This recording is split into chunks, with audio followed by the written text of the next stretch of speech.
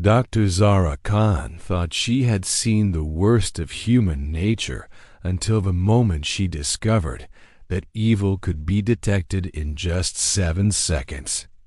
What started as a routine psychological evaluation would shatter everything she believed about the people closest to her, including the man she was about to marry. The fluorescent lights hummed overhead in the sterile university psychology lab as Zara adjusted her wire-rimmed glasses and reviewed the morning schedule. At 32, she had built a reputation as one of the most promising criminal psychologists in Chicago, specializing in early detection of antisocial personality disorders. Her dark hair was pulled back in its usual professional bun, and her green eyes held the same intensity that had carried her through medical school and her doctoral program.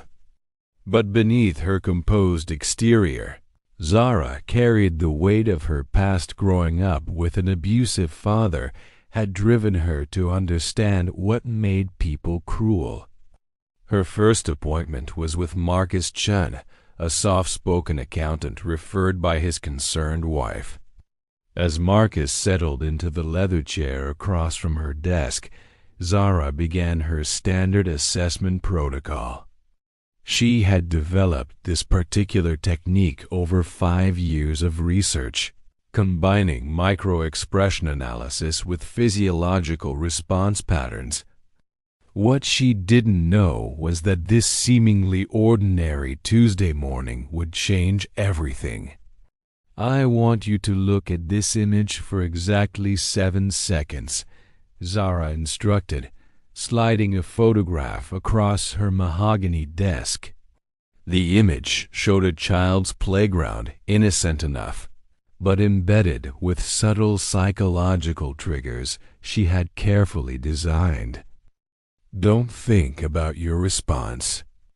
Just let your mind react naturally." Marcus leaned forward, his brown eyes focusing on the photograph. Zara activated her hidden recording equipment and began her silent countdown. 1 second, 2 seconds. She watched his facial muscles, noting the micro-tensions around his eyes. 3 seconds, 4 seconds. His breathing pattern shifted almost imperceptibly.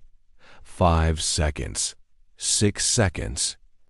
Something flickered across his expression, something that made Zara's blood run cold. 7 seconds. Marcus sat back with a pleasant smile, but Zara had seen it. That fraction of a second where his mask had slipped, revealing something predatory underneath. Her heart pounded as she maintained her professional demeanor, but inside, alarm bells were screaming. In that brief moment, Marcus had displayed the exact neurological pattern she had theorized about but never actually witnessed. The involuntary response that indicated a complete lack of empathy when viewing potential victims. "How did that make you feel?" she asked, keeping her voice steady despite the adrenaline coursing through her veins. "Normal, I guess. Just a playground. Kids playing." His answer was textbook perfect, but Zara knew better now. She had spent years studying the theory, but this was the first time she had caught evil in its purest form, unguarded and revealing. Second Test had just identified him as the predator they'd been hunting. After Marcus left, Zara sat alone in her office, staring at the frozen frame from her recording equipment. She replayed the footage dozens of times, analyzing every micro-expression, every involuntary muscle movement. The evidence was undeniable.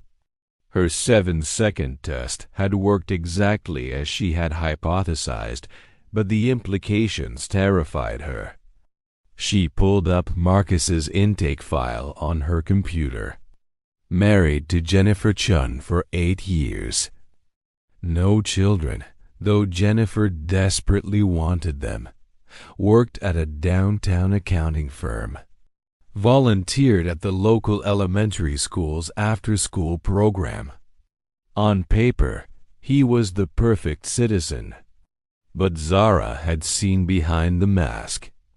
Her phone buzzed with a text from her fiancé, David. Dinner at 7? Can't wait to see you tonight, beautiful. Zara smiled despite her troubled thoughts. David was her anchor, the one person who kept her grounded when her work threatened to consume her faith in humanity. They had met 2 years ago at a conference on criminal psychology, and his warm laugh and genuine kindness had slowly broken down the walls she had built around her heart. Unlike her father, David was patient, supportive, and everything she had never dared to hope for in a partner.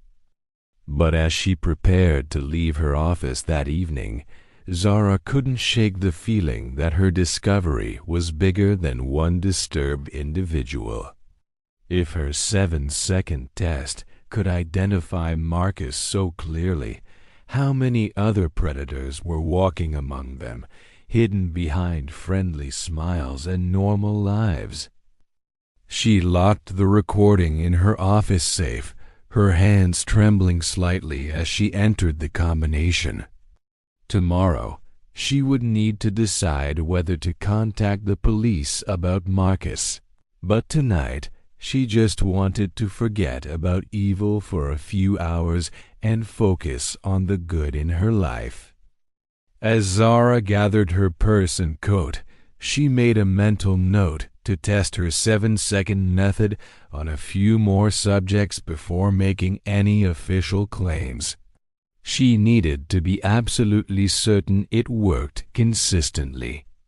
What she didn't realize was that her next test subject would be sitting across from her at the dinner table in just 2 hours, and the results would destroy everything she thought she knew about love, trust, and the man she planned to marry. The elevator doors closed behind her as she headed home, completely unaware that Marcus Chen was already planning his next move, and that Dr. Zara Khan had just become both his biggest threat and his most fascinating target. David's apartment smelled like rosemary and garlic when Zara arrived that evening, the familiar scents usually bringing her comfort after difficult days at the lab. But tonight, even David's warm embrace couldn't chase away the lingering unease from her encounter with Marcus Chun. As they sat down to dinner, candlelight flickering between them, Zara found herself studying David's face with new intensity. Her professional training suddenly hyperactive in her personal life. "You seem distracted tonight," David observed, pouring wine into their glasses. His sandy brown hair caught the light as he leaned forward, concern evident in his blue eyes. "Rough day with patients?" Zara hesitated, fork halfway to her mouth. She had always kept her work confidential, but the weight of her discovery pressed against her chest like a physical burden. "I think I made a breakthrough today. Something significant." She chose her words carefully, watching David's reaction. "I've been developing a rapid assessment technique, and it worked better than I ever imagined." David's face lit up with genuine pride and excitement. "That's incredible, Zara.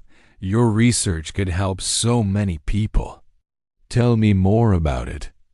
As Zara began explaining the theoretical framework behind her 7-second test, She found herself unconsciously analyzing David's micro-expressions. Every nod, every smile, every supportive comment came under her scientific scrutiny. She hated herself for it, but Marcus Chun's hidden malevolence had shaken her faith in her ability to judge character. The test measures involuntary neurological responses to specific visual stimuli, she explained, noting how David's pupils dilated slightly with interest, a normal response to engaging conversation. It can potentially identify individuals with severe empathy deficits, particularly those who might pose a danger to others. David reached across the table and squeezed her hand. "You're brilliant, you know that. This could revolutionize criminal psychology." His touch was warm, familiar, completely genuine. Zara felt some of her tension ease, guilt replacing paranoia, as she realized she had been unconsciously testing her own fiancés. After dinner, they settled onto the couch with their wine. David's arm wrapped around her shoulders as they watched the evening news. The lead story made Zara's blood freeze. Chicago police search for missing 8-year-old Emma Rodriguez, last seen near Millennium Park Playground. The child's photograph filled the screen. Bright smile, dark pigtails, wearing a yellow dress. "God, that's heartbreaking," David murmured, his voice thick with emotion. "Her poor parents must be going through hell." Zara nodded absently, but her mind was racing. A missing child, a playground. Marcus Chun's disturbing reaction to her test image of a playground. The connections were too obvious to ignore, but also too circumstantial to act upon without more evidence. She needed to be absolutely certain before potentially destroying an innocent man's life with her suspicions. "I need to ask you something," Zara said suddenly, turning to face David fully. "Would you be willing to participate in my research as a control subject?" David's eyebrows rose in surprise. "Of course. Whatever you need." Zara's heart hammered as she retrieved the same playground photograph from her purse. This was insane, testing her fiancé based on paranoid fears triggered by one disturbing patient. But she had to know. She had to prove to herself that her test could distinguish between normal responses and the kid predatory pattern she had witnessed that morning. "Look at this image for exactly 7 seconds, she instructed, holding up the photograph. "Just let your mind react naturally." David studied the image with open curiosity. 1 second. 2 seconds. His expression remained soft, thoughtful.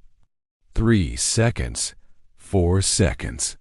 She watched his eye movements track across the children in the playground, his face reflecting gentle warmth. 5 seconds. 6 seconds. His lips curved into a subtle smile, the kind of expression she had seen hundreds of times when David talked about their future children. 7 seconds. "Sweet picture," David said, handing it back to her. "Reminds me of the playground where I used to play as a kid. Makes me think about our future, maybe taking our children there someday." Relief flooded through Zara so powerfully that tears sprang to her eyes. David's response had been everything Marcus Chen's wasn't: genuine warmth, normal emotional processing, healthy associations with childhood and family. Her test had worked perfectly, confirming her worst fears about Marcus while absolving the man she loved. "Are you okay?" David asked, noticing her tears. "Did I fail your test somehow?" "No," Zara whispered, leaning into his embrace. "You passed with flying colors. Better than I ever hoped." That night, as David slept peacefully beside her, Zara lay awake staring at the ceiling. Tomorrow, she would have to make the most difficult decision of her professional career. She had identified what she believed to be a dangerous predator, but her evidence consisted of 7 seconds of recorded microexpressions and her own theoretical framework. Would the police take her seriously? Would Marcus Chun's wife believe her? How many other monsters were hiding behind normal facades, waiting to be exposed by her test? She thought about Emma Rodriguez, somewhere out there in the darkness, possibly in the hands of someone like Marcus Chun. The weight of responsibility crushed down on her chest. If she was right about Marcus, every hour she delayed could mean the difference between life and death for that little girl. But if she was wrong, she could destroy an innocent man's life and marriage based on 7 seconds of video footage and her own psychological theories. Zara reached for her phone on the nightstand, scrolling through her contacts until she found Detective Sarah Williams, a former colleague who now worked in the Chicago PD's Special Victims Unit. Her finger hovered over the call button. One phone call would set everything in motion, an investigation that could either validate her groundbreaking research or end her career in spectacular failure. As dawnlight began filtering through the bedroom windows, Zara finally made her decision. Detective Sarah Williams had seen enough predators in her 15-year career to know that evil rarely announced itself with obvious signs. So when Dr. Zara Khan called her at 6 in the morning with claims about a 7-second psychological test that could identify dangerous individuals, Sarah's first instinct was skepticism. But Zara's reputation in the field and the desperation in her voice convinced Sarah to meet her at the precinct before her shift officially began. The police station buzzed with early morning activity as Zara spread her research materials across Sarah's cluttered desk.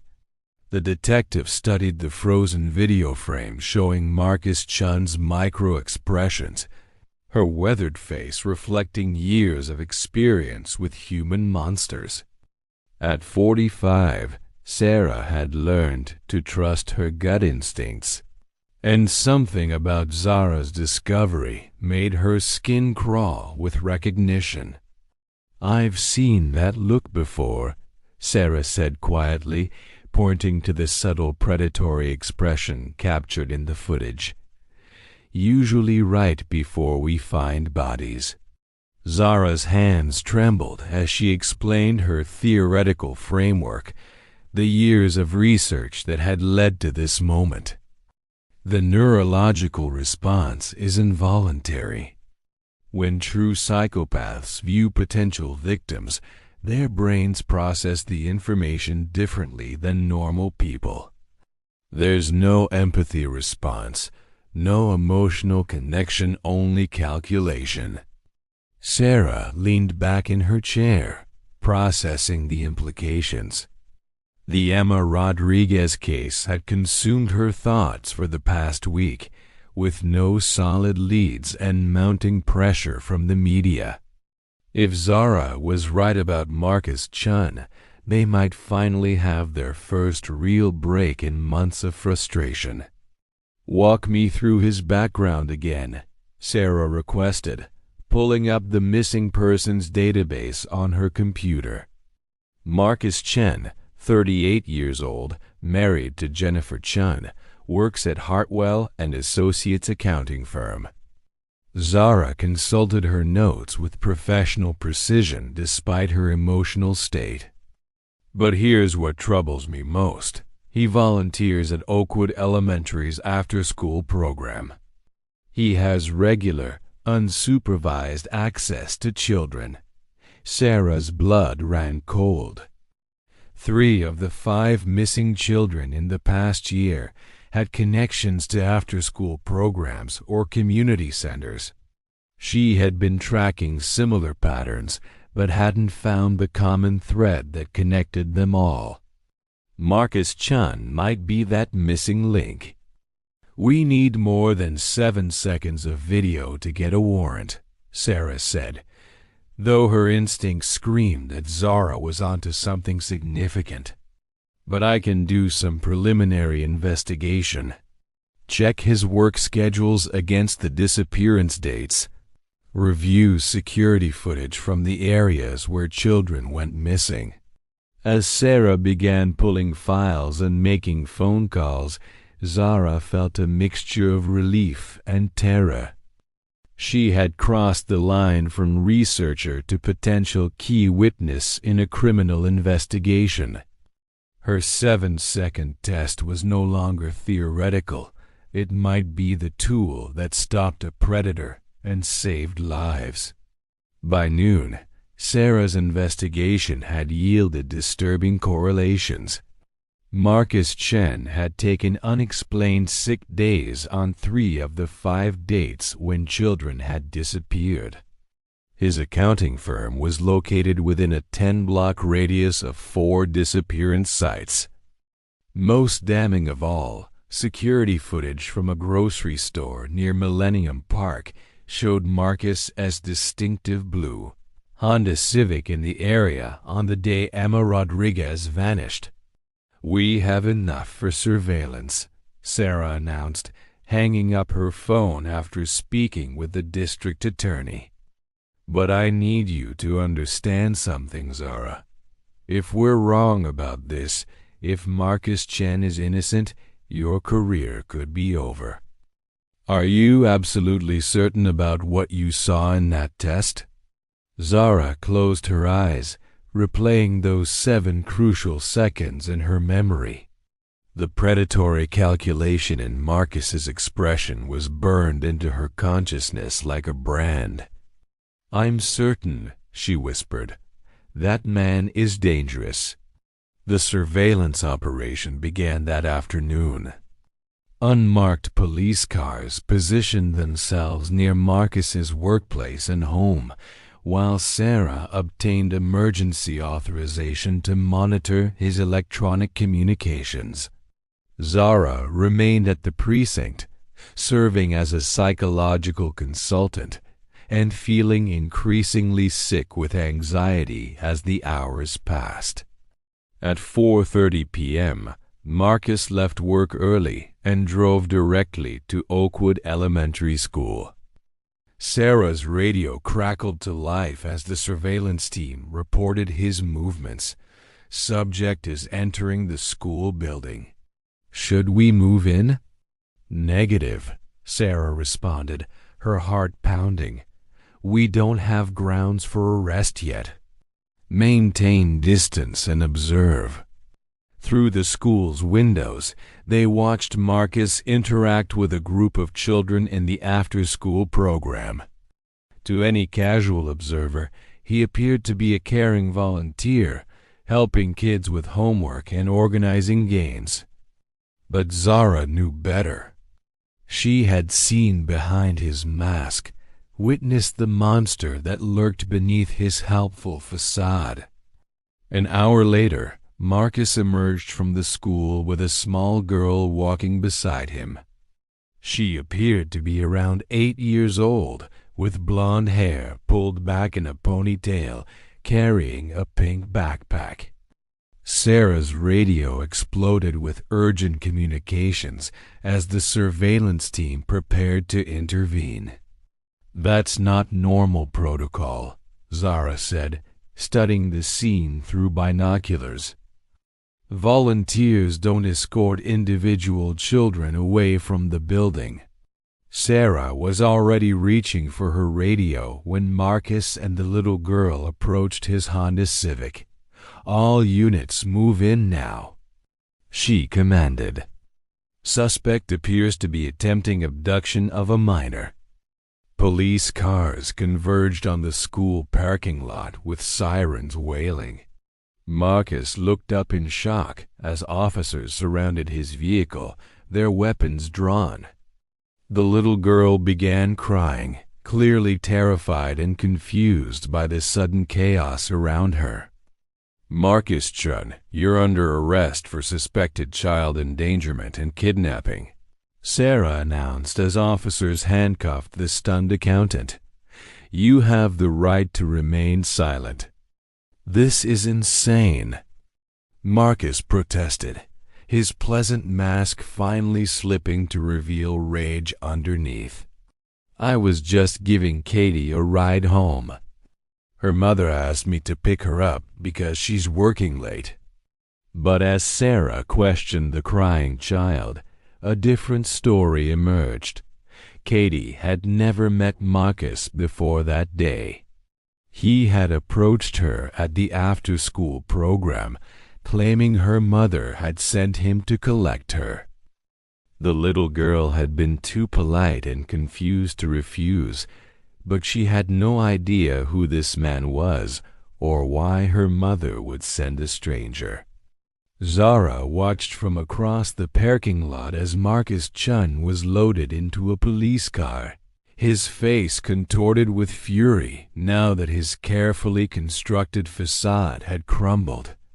Her 7-second test had worked exactly as designed, identifying a predator who might have claimed another victim if not for her intervention.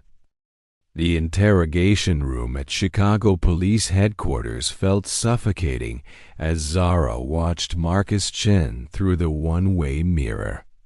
His transformation from mild-mannered accountant to cornered predator was complete, his mask of normalcy shattered beyond repair.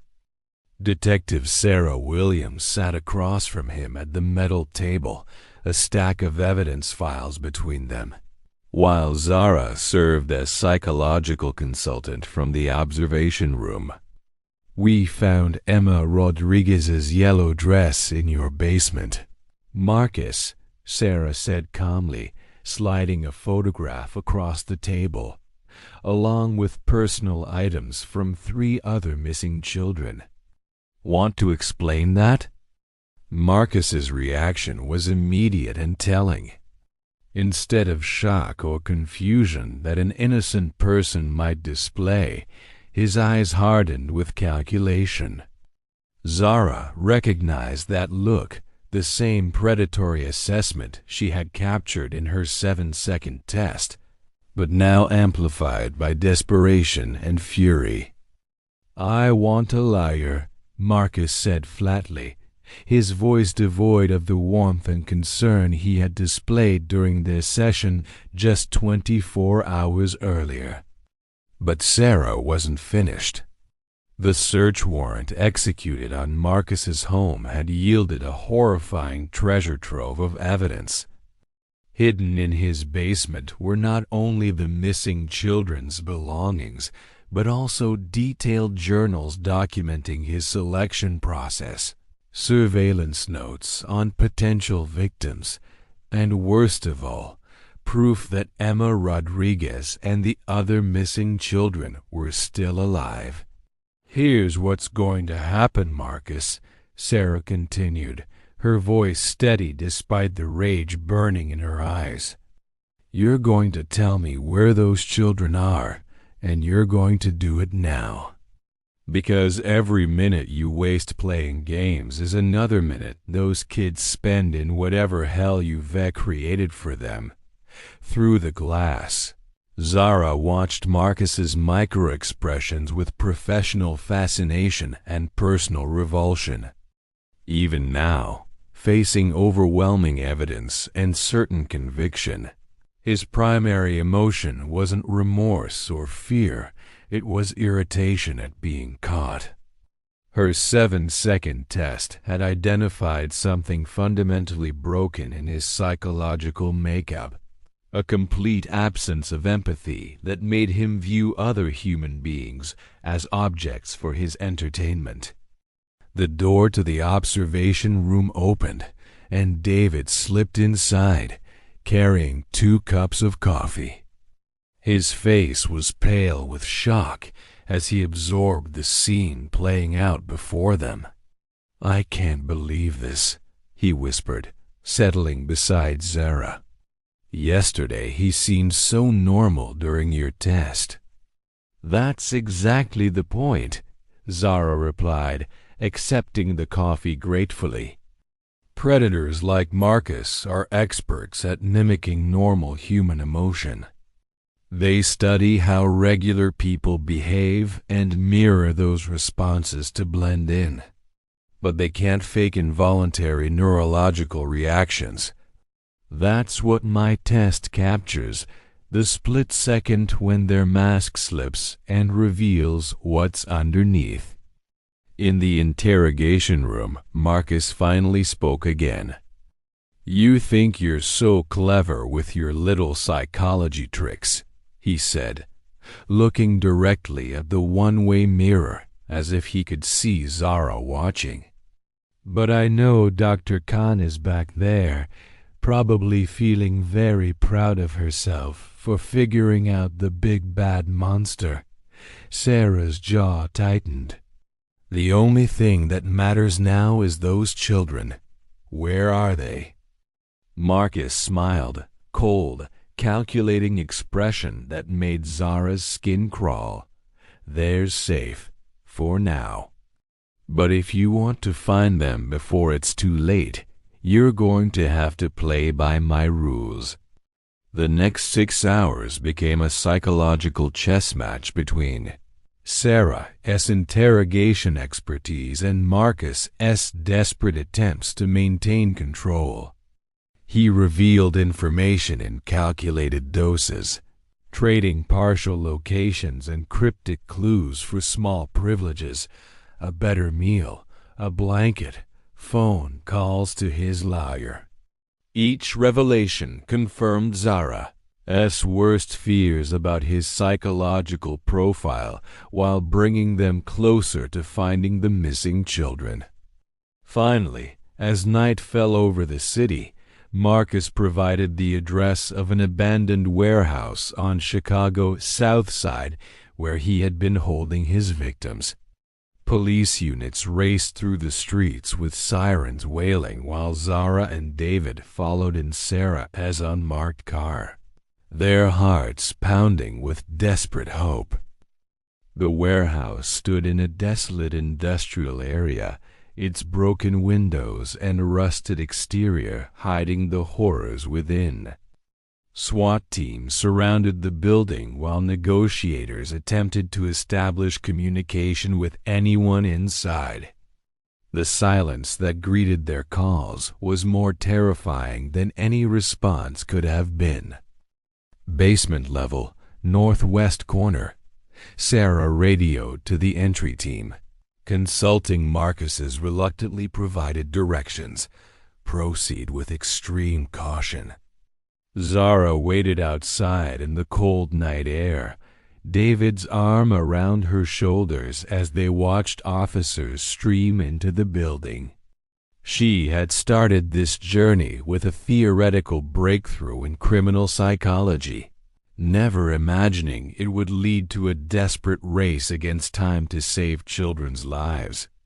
Her 7-second test had proven more powerful than she had ever dared hope. But the weight of that success felt crushing rather than triumphant. 20 minutes later, Sarah emerged from the warehouse with tears streaming down her face. But they were tears of relief, not grief. "We found them," she called out to the gathered crowd. "All 5 children, alive and conscious. They're scared and dehydrated, but they're going to be okay." Zara collapsed against David's chest, sobbing with relief as ambulances arrived to transport the rescued children to the hospital. Emma Rodriguez was the first to be carried out on a stretcher, her dark pigtails matted, but her eyes alert and searching for her parents. The other 4 children followed victims, who had been presumed dead but were now returning to families who had never stopped hoping. As the children were reunited with their frantic parents in emotional scenes that played out under the harsh glare of police floodlights, Zara realized that her life had irrevocably changed.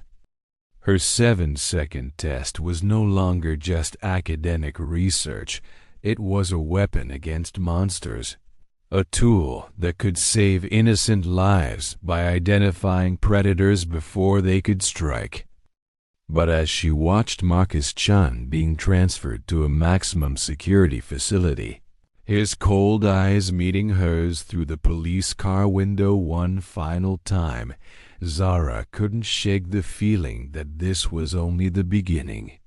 How many other predators were out there, hiding behind friendly smiles and helpful facades, waiting to be exposed by her revolutionary technique? 6 months after Marcus Chun's arrest and conviction, Dr. Zara Khan stood before a packed auditorium at the American Psychological Association's annual conference. Her revolutionary 7-second evil detection test about to change criminal psychology forever. The rescued children had all made remarkable recoveries, their testimony helping to ensure Marcus received 5 consecutive life sentences without the possibility of parole. But for Zara, the real victory lay in the potential to prevent future tragedies through early identification of predators. The neurological markers we've identified are consistent across multiple personality disorders, Zara explained to the audience of fellow psychologists, law enforcement officials, and researchers. Her confidence had grown dramatically since that first terrifying test with Marcus, though the responsibility of her discovery still weighed heavily on her shoulders. In our follow-up studies with incarcerated offenders, the 7-second assessment showed a 94% accuracy rate in identifying individuals with severe empathy deficits. The implications were staggering. Police departments across the country had already begun implementing her technique as part of routine investigations, while Child Protection Services explored its use in custody evaluations and adoption screenings. The FBI had classified her research and recruited Zara as a consultant for their behavioral analysis unit, where her test was helping to build profiles of unknown subjects in active cases. After her presentation, Zara was surrounded by colleagues eager to discuss applications of her work. Dr. James Morrison, a criminal psychologist from Boston, approached her with particular intensity. "The ethical considerations are enormous," he said, his gray beard trembling with excitement. "We're talking about identifying potential criminals before they commit crimes. How do we handle the legal and moral implications?" It was a question that had kept Zara awake many nights since Marcus's conviction. Her test could identify individuals with dangerous psychological profiles, but having a predatory mindset wasn't itself a crime. The challenge lay in developing intervention strategies that could help prevent violence while protecting individual rights and freedoms. "Early intervention is key," Zara replied, thinking of the therapy programs she was developing in partnership with the Chicago Department of Mental Health. If we can identify at-risk individuals and provide appropriate psychological support, we might prevent them from ever harming anyone. As the conference wound down that evening, Zara found herself alone in the hotel bar with David, celebrating both her professional triumph and their recent engagement. The simple diamond ring on her finger caught the light as she lifted her wine glass in a toast to their future together. "I'm proud of you," David said, his blue eyes reflecting the same warmth and genuineness that had attracted her from the beginning. "You've turned a horrific discovery into something that will save countless lives." But Zara's expression remained troubled despite the day's success. "Sometimes I wonder if I've opened Pandora's box," she admitted.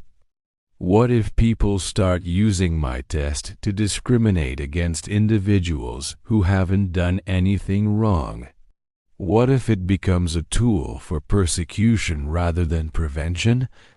David reached across the table and took her hand. "Then we make sure it's used responsibly. You've already established ethical guidelines for implementation.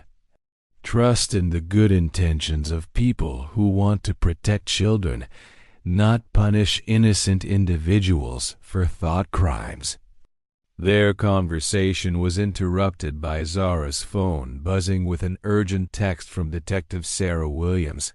"Need you at the precinct immediately. We have a situation that requires your expertise." The drive to the police station filled Zara with familiar dread. Over the past 6 months, she had consulted on dozens of cases where her 7-second test had proven invaluable in identifying suspects and ruling out innocent individuals. Each success validated her research, but also reminded her of the monsters hiding among ordinary people. Sarah met them in the lobby, her face grim with exhaustion. "We've got 3 missing teenagers from the suburbs. All disappeared within the past week. Different schools, different neighborhoods, but similar physical profiles: blonde, athletic, honor students. The parents are frantic." In the conference room, Sarah spread out photographs and case files while Zara reviewed the evidence. The pattern was eerily familiar: carefully selected victims, no witnesses, no obvious connections between the cases. It felt like Marcus Chun all over again, but potentially worse given the sophistication required to abduct 3 teenagers without leaving traces. "We have a suspect," Sarah continued, sliding a driver's license photo across the table. "Trevor Walsh, 29 years old, works as a substitute teacher in the district where all 3 girls attended school. He's agreed to come in for questioning voluntarily." Zara studied the photograph, noting Trevor's clean-cut appearance and friendly smile. Like Marcus, he looked completely normal. Exactly the kind of person who could approach teenagers without raising suspicion. Her 7-second test would reveal the truth within minutes of meeting him. An hour later, Trevor Walsh sat in the same interrogation room where Marcus Chen had eventually confessed to his crimes.